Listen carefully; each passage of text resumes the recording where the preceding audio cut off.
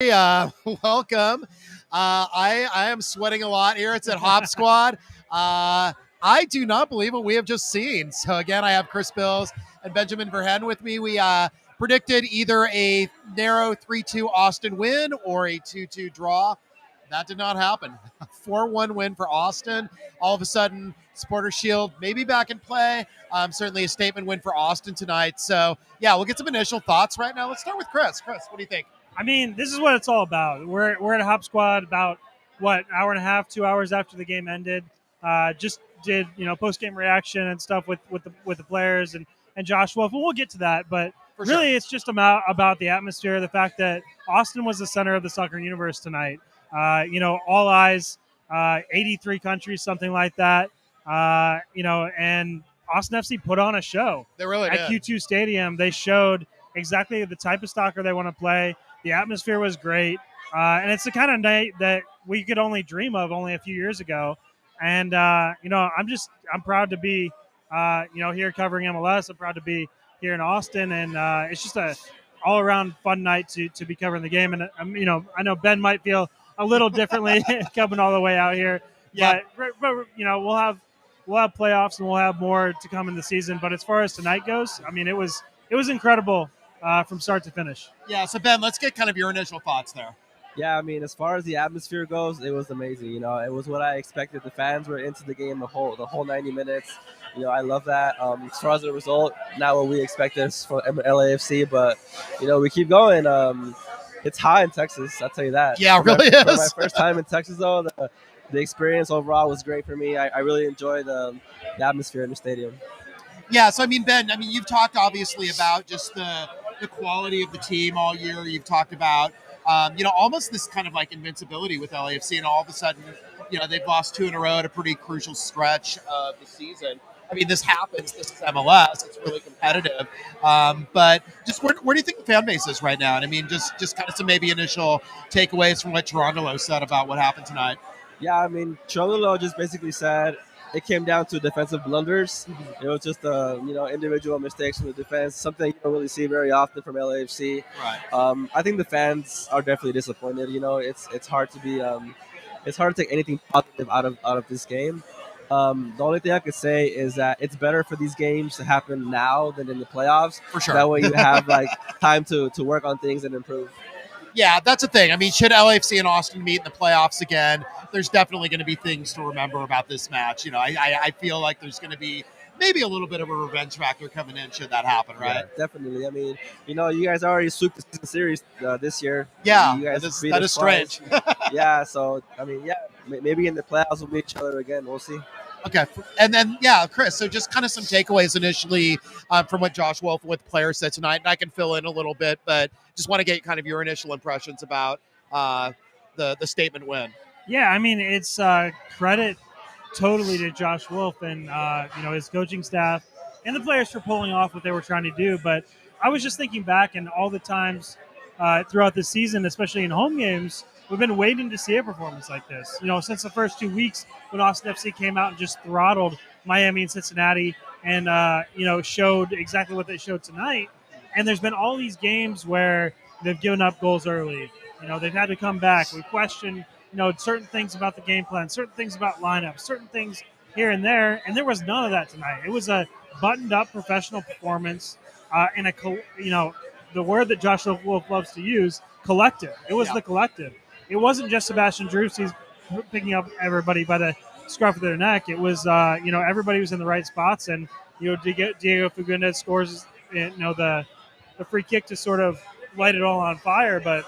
It was from moment one. I thought it was Austin FC's best performance of the season. Yeah, for sure. I mean, that's a thing. I mean, yeah, we talk about that collective. Driussi, I mean, yeah, he had his goal tonight, but it didn't come until it kind of didn't matter, right? I mean, it was the fourth goal of the game. Obviously, Fagundes gets the free kick. 1-0 at half after the little kerfuffle that happened towards the end of the first half, which was wild. But then, Maxi Urruti gets the brace. Clearly the player of the game, I think. Obviously, he was kind of at the center of that kerfuffle at the end of the first half. What's funny, though? Yeah. Diego Fagundes walked out of there with the game ball. Yeah. So Maxi was player of the game, man of the match. he got to bang the drum or whatever. But Right. Diego Fagundes with the game ball. I guess we'll find out in the social media video or whatever this Yeah. week. But or the midweek press conference, we can ask about it a little bit more. Diego was great though, and so was Josh. Yeah. Josh was a little feisty tonight. He did kind of give a little dig at the press. He talked about all the negativity that we wrote about last year. As he should. He gets that. He gets that right. Like, if we get to sit there and criticize him, week in, week out, then if he wants to throw a barb here or there, hey, that's fair game. It was fun. I thought it was fun, and honestly, like, he deserves it tonight. He said on the pregame show on ESPN, he said that he knew that there were ways that Austin FC could punish LAFC, and I asked him about that post game, and it's just a belief that he and the coaching staff have, that what they see on film, even against a team like LAFC, there's no fear there. They know that they can come in and punish teams, and they certainly did that tonight. Yeah, and I was talking to Brad Stuver a little bit post match, and in addition to finding out that he's still got a lingering injury from what happened in Houston. When he went out of that game after the Sebastian Ferreira 5th-minute goal, and he had the unfortunate encounter with the back of the goal there. He talked about just them wanting to come back to this combative nature of the team, because basically in Minnesota they felt that they didn't have that. They felt that they got outplayed, they got a little outmuscled, they didn't have the pace. Ethan Finley certainly talked about that last week in the post-match press conference that we had. So they really wanted to get back to it, and there's belief here. I mean, again, Supporters Shield, again, it looks like it's still LAFC's to lose, but certainly the Union are in there. But Austin's kind of back in the conversation right now, and even if they don't get that, obviously, I think definitely a statement win. I think the ability to score goals in batches like they can really speaks volumes to what they can do in the playoffs. So, so Ben, just kind of more takeaways from what Trundolo was saying, what the players were saying. Yeah, he was just saying that they got outrun, they got outpressed. Like I mentioned, the defensive blunders in the second half, something you're not used to. It's just something that doesn't happen very often for LAFC. They're gonna look at the tape and review, but they have Houston on Wednesday, so they can't really dwell on it too much. They have to turn the page and keep going. They have, I think, 3 of the next 4 games are on the road. Chiellini mentioned that in the press conference, how hard it is to win on the road in MLS. Yeah, and I think today was a perfect example of that. Yeah, I mean, I think that's a really interesting statement from Chiellini, because, I mean, first of all, he's kind of new to the league and he doesn't kind of quite know it. But, I mean, certainly, the road trips in MLS are much more of a challenge. They're, obviously much, much longer, much more grueling than what you experience in Europe. But also the thing is, kind of the irony of that statement is that LAFC and Austin are the 2 teams in the Western Conference that are above 500 on the road. I mean, even with LAFC's performance tonight, I mean, they're still one of the best road teams in MLS, period. Yeah, no, definitely. I mean, it's just a performance that you look back on. Hopefully it doesn't happen again. It's just something that you like that it happens now instead of in the playoffs. Yeah, I mean, that's just the thing. I mean, do you just chalk this up to this is a long season, they're doing a lot, they're juggling a lot? Or, I mean, it's, obviously the Quake Spring weirdness, and that happened in the last game. And then this could just happen. I mean, again, like with Miami and Cincinnati, we saw that with Austin in those first 2 games. They were 5-1 blowouts. And, actually at the start of the season, we were just, again, the whole Andrew Wiebe, bonus games type thing. But, Miami and Cincinnati they were still kind of figuring it out at that point in the season. But they've turned out to not be, kind of quite the cellar dwellers that we thought they were going to be. But for this kind of performance against a team of LAFC caliber, obviously, Austin's got a lot to kind of take away from that. But what does LAFC learn? I mean, they learn that you can't take anybody for granted.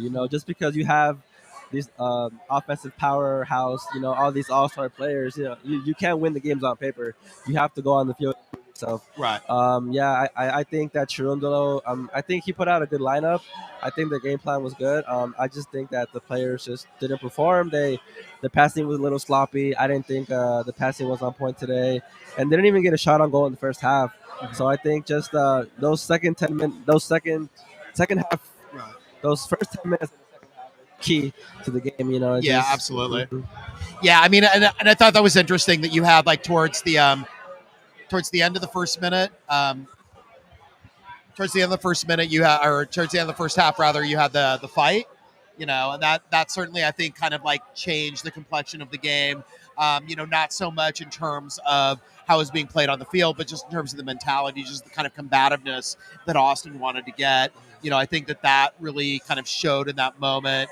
And then they were able to, like, after halftime, though, weirdly keep their composure and get their revenge with the Maxi Arruti brace rather than with any kind of fisticuffs on the field. Yeah, funny thing about the Maxi Arruti brace, of course, there was the moment, which was my favorite moment of the match, I think, aside from maybe the kerfuffle in the first half, which was when Maxi Arruti scores the header, and then he looks and locks eyes with Josh Wolf.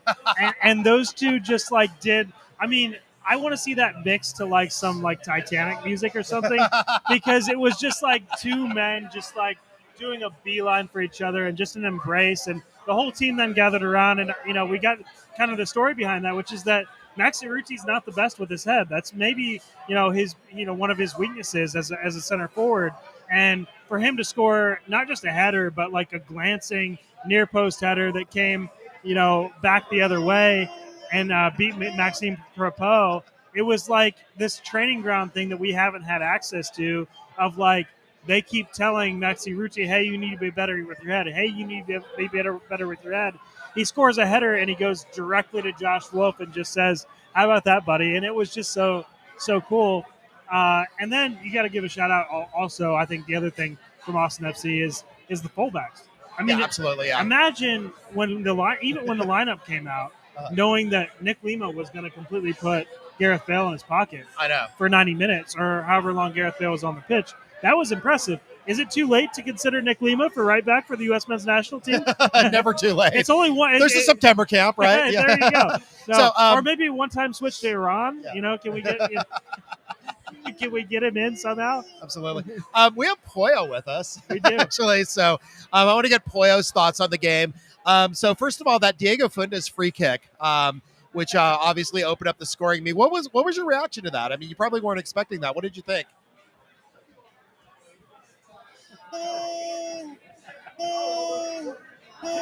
Wow, that's incredible. That's really good insight, Pollo. So then obviously, I mean, again, like Maxi Arruti, we were just talking about him a little bit earlier. And obviously, we talk about his offense, we talk about the brace, but Josh Wolf talked about his defensive work rate, and just kind of wondering what you thought about that, like kind of what you saw from that throughout the night.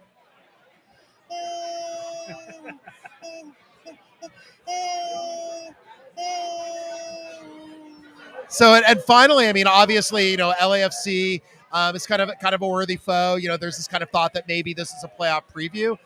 Do you think that this might be a Western Conference final? I think that's a resounding yes. Yeah, I think so. I think Pollo is projecting that someday we are going to see LAFC and Austin in the Western Conference Finals in the not too distant future here. So, thank you, Pollo. Really appreciate your contributions to the show. All right, so yeah, so just kind of, I mean, like, where do we go from here? So, Ben, just kind of like walk us through like what LAFC's got ahead of them. Of course, they've got now a 2-game losing streak. Still got a hold on the Supporters Shield. But what's kind of on the horizon for them? Well, they just signed Christian Teo today, and they have Yes, Dennis Bouanga coming soon. So, yeah, I think it's still exciting, to get these. There's only 7 games left in the season, so I think maybe if they get 4 or 5 games in there before playoffs, I think they'll be ready for when the postseason comes around. Okay. And then who's next on the calendar for them? Houston. Okay.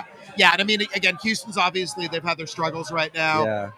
Kind of towards the bottom of the West. I mean, every game is kind of a must-game win for them. So any kind of expectations in terms of that? I mean, yeah, Houston. It's another road game for LAFC. They struggled with that recently. With two losses. Yeah, so I'm expecting Chirondolo to just bounce back and get back on the winning streak. Yeah, I mean, it seems like, I mean, if there's going to be a team to like get back on the winning streak with, winning ways. I mean, obviously the Dynamo can be that team because the Dynamo is just, they've struggled throughout the season. But, again, if the Dynamo is really, going to have pride, and if they're really going to try to salvage their season, they're going to be coming with everything. So I would expect, kind of the same sort of intensity maybe that Austin brought tonight. So yeah, on the other side of that, I mean, obviously you've got Portland and Nashville. Some green on green violence right now. I think Portland is still winning 2-1 at this point, so that kind of puts them back into the thick of the playoff picture. And then of course Nashville, they're a potential playoff team right now. I mean, they're in the playoff places, and there's a fellow MVP competitor with Driussi in Hani Mukhtar. Yeah, Portland's in the middle of trying to close out Seattle 2-1, and Sebastian Driussi did get sort of his MVP moment tonight, getting to put the dagger in LAFC, and I think that was a special moment. But 19th goal of the season. He's nearing on 20, and I think he's gonna reach 20 and 10, which would be just a momentous season for him, and sort of what I think I had laid out, at the beginning of the season as sort of my expectations to the level that I thought he could reach. And it's just been, amazing to watch that. But also the other thing that I was thinking about tonight, and I think this is going to come into factor in the playoffs as well, when we get, if these two teams meet again, and, it looks like at this point it would have to be a Western Conference final, most likely at Bank of California Stadium. And it's still, maybe. But I think that and I asked Nick Lima about this, is that still when I look down on the pitch, I think it's a great performance at home from Austin FC. It's a great moment for all these players that have been overlooked. Diego Fagundes, Nick Lima, John Gallagher, all these MLS veterans, Maxi Urruti, to come out and show what they can do. But, you look across the field at LAFC, when they really want to bring it, we haven't seen that yet. LAFC, I don't think it took Austin FC seriously tonight. And I think Austin FC took that personally, and they went and took it to them and took them to the woodshed. But I want to see these two teams go head-to-head when they both want to bring it. And that's what I'm excited to see, hopefully later on in the playoffs, if we can get it. Yeah, I mean, I think Bale is still kind of maybe trying to figure out the league a little bit. Yeah. Again, Vela, I think it was maybe just kind of an off night for him. But I mean, once again, if there's any kind of hope for LAFC fans in this match tonight, it's just that, again, game after game after game, Christian Arango finds a way to score. Yeah, seriously. Got a first, very nearly got a second. Ruben Gabrielson probably had the tackle of the game, saving that second goal. So, just again, obviously Teo's coming in, Boanga's coming in, a lot of offensive options, but somehow Arango seems to be at the hub of what LAFC is doing.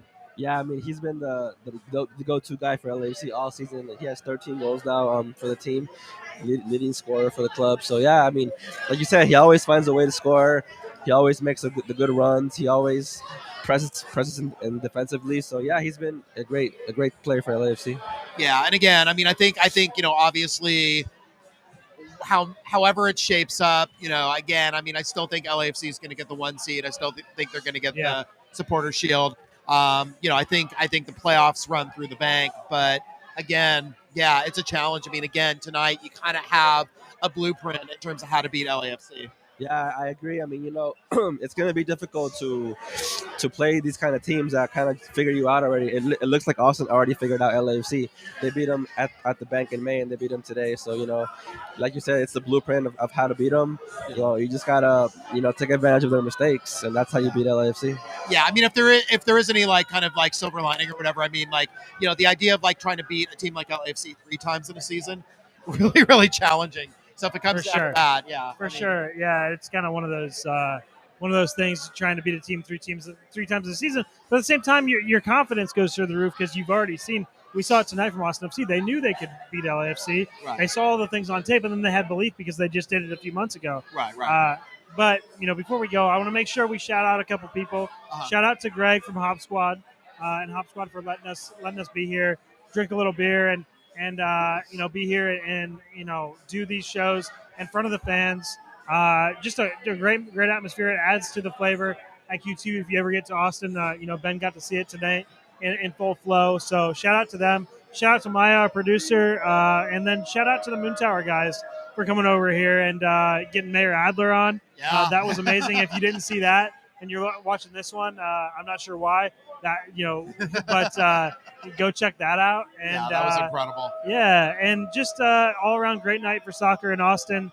Thanks Ben for coming out. Yeah, thank you. And thank you Phil for being the glue that holds us all together. Absolutely, yeah. No, and again, yeah, like with Ben coming over, I mean, he's part of the LA contingent that's come on, and it's really adding to our coverage. I mean, again, we talked about expanding. LA was really, really important because, obviously the storylines running through LA, both with LAFC and the Galaxy, very integral to the league, and Ben's just been bringing it on the LAFC front all year. So very, very looking forward to the end of the season and decision day, October 9th, and then looks more and more and more like a home playoff match at Q2, which is going to be outstanding. All right. And at the bank.